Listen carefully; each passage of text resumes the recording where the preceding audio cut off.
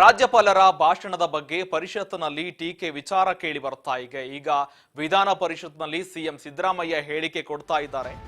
ಸರ್ಕಾರ ಬರೆದುಕೊಟ್ಟಿದ್ದನ್ನೆಲ್ಲ ರಾಜ್ಯಪಾಲರು ಭಾಷಣ ಮಾಡಲ್ಲ. ಈ ಬಗ್ಗೆ ಸಿಎಂ ಸಿದ್ದರಾಮಯ್ಯನವರು ಪರಿಷತ್ನಲ್ಲಿ ಹೇಳಿಕೆ ಕೊಟ್ಟಿದ್ದಾರೆ.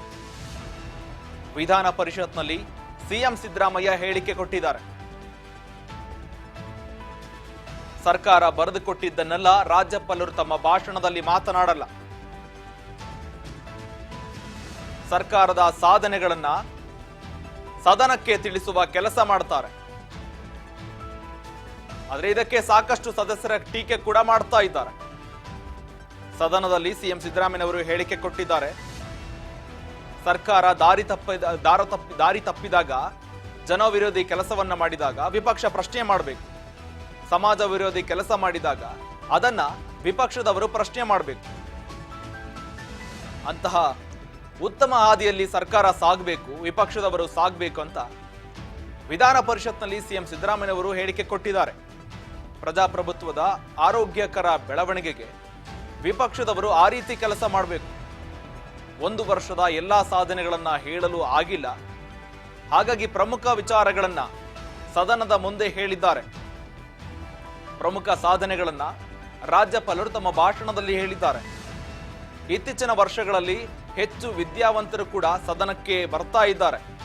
ಹಾಗಾಗಿ ರಾಜ್ಯದ ಜನ ಕಾಂಗ್ರೆಸ್ನ 136 ಸ್ಥಾನ ಕೊಟ್ಟು ಗೆಲ್ಲಿಸಿಕೊಟ್ಟಿದ್ದಾರೆ. ವಿಪಕ್ಷದವರು ಸರಿಯಾಗಿ ಕೆಲಸ ಮಾಡಬೇಕು, ಸುಳ್ಳು ಹೇಳಿಕೆಗಳನ್ನ ಕೊಡಬಾರ್ದು ಅಂತ ಈಗ ವಿಧಾನ ಪರಿಷತ್ನಲ್ಲಿ ಸಿಎಂ ಸಿದ್ದರಾಮಯ್ಯನವರು ಹೇಳಿಕೆ ಕೊಟ್ಟಿದ್ದಾರೆ. ಮತ್ತೆ ಮುಂದಿನ ಗುರಿಗಳೇನು?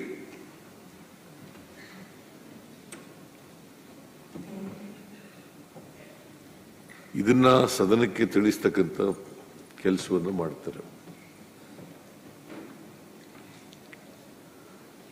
ಸಾಮಾನ್ಯವಾಗಿ ರಾಜ್ಯಪಾಲರು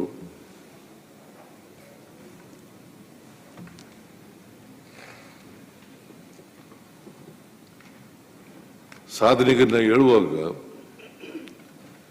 ಸರ್ಕಾರ ಏನು ಸಾಧನೆಗಳನ್ನ ಮಾಡಿದೆ ಅಂತಕ್ಕಂಥದ್ದನ್ನ ಜನರು ಸದನದ ಮುಂದೆ ಇಡ್ತಕ್ಕಂಥ ಪ್ರಯತ್ನ ಮಾಡ್ತಾರೆ.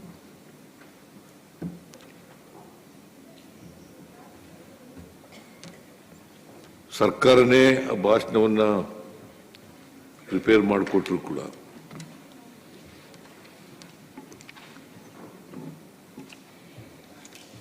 ನಾವು ಬರೆದುಕೊಟ್ಟದನ್ನೆಲ್ಲ ಮಾಡಲ್ಲ ಅವರು.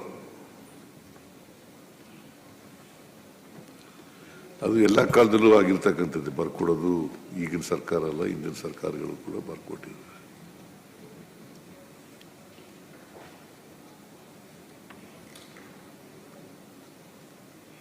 ಸಾಧ್ಯವಾದ ಮಟ್ಟಿಗೆ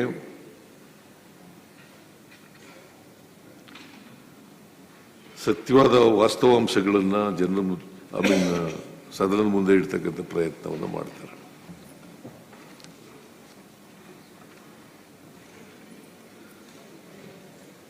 ಈ ಭಾಷಣದ ಮೇಲೆ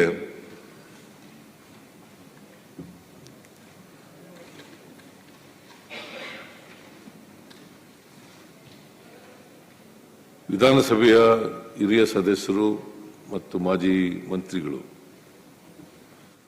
ಶ್ರೀ ಜಯಚಂದ್ರ ಅವರು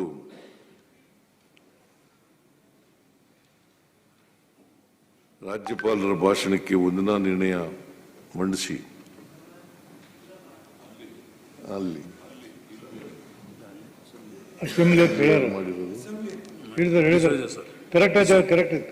ಸಾರಿ ಇಲ್ಲಿ ಐವಾನ್ ಡಿಸೌಜ್ ಅವರು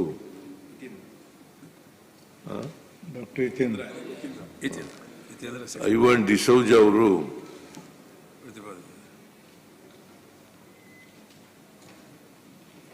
ರಾಜ್ಯಪಾಲರ ಭಾಷಣದ ಮೇಲೆ ವಂದನಾ ನಿರ್ಣಯವನ್ನು ಮಂಡಿಸಿದ್ದಾರೆ.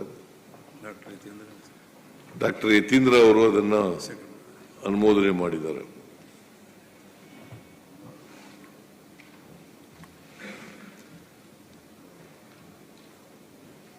ಈ ವಂದನಾ ನಿರ್ಣಯದ ಮೇಲೆ ಅನೇಕ ಜನ ಮಾನ್ಯ ವಿಧಾನ ಪರಿಷತ್ತಿನ ಸದಸ್ಯರುಗಳು ಮಾತನಾಡಿದ್ದಾರೆ. ಸುಮಾರು 16 ಜನ ವಿರೋಧ ಪಕ್ಷದ ನಾಯಕರಾದಿಯಾಗಿ ನಾರಾಯಣ ಸ್ವಾಮಿಯನ್ನು ಸೇರಿಸಿಕೊಂಡು 16 ಜನ ಮಾನ್ಯ ಸದಸ್ಯರುಗಳು ಭಾಷಣ ಮಾಡಿದ್ದಾರೆ.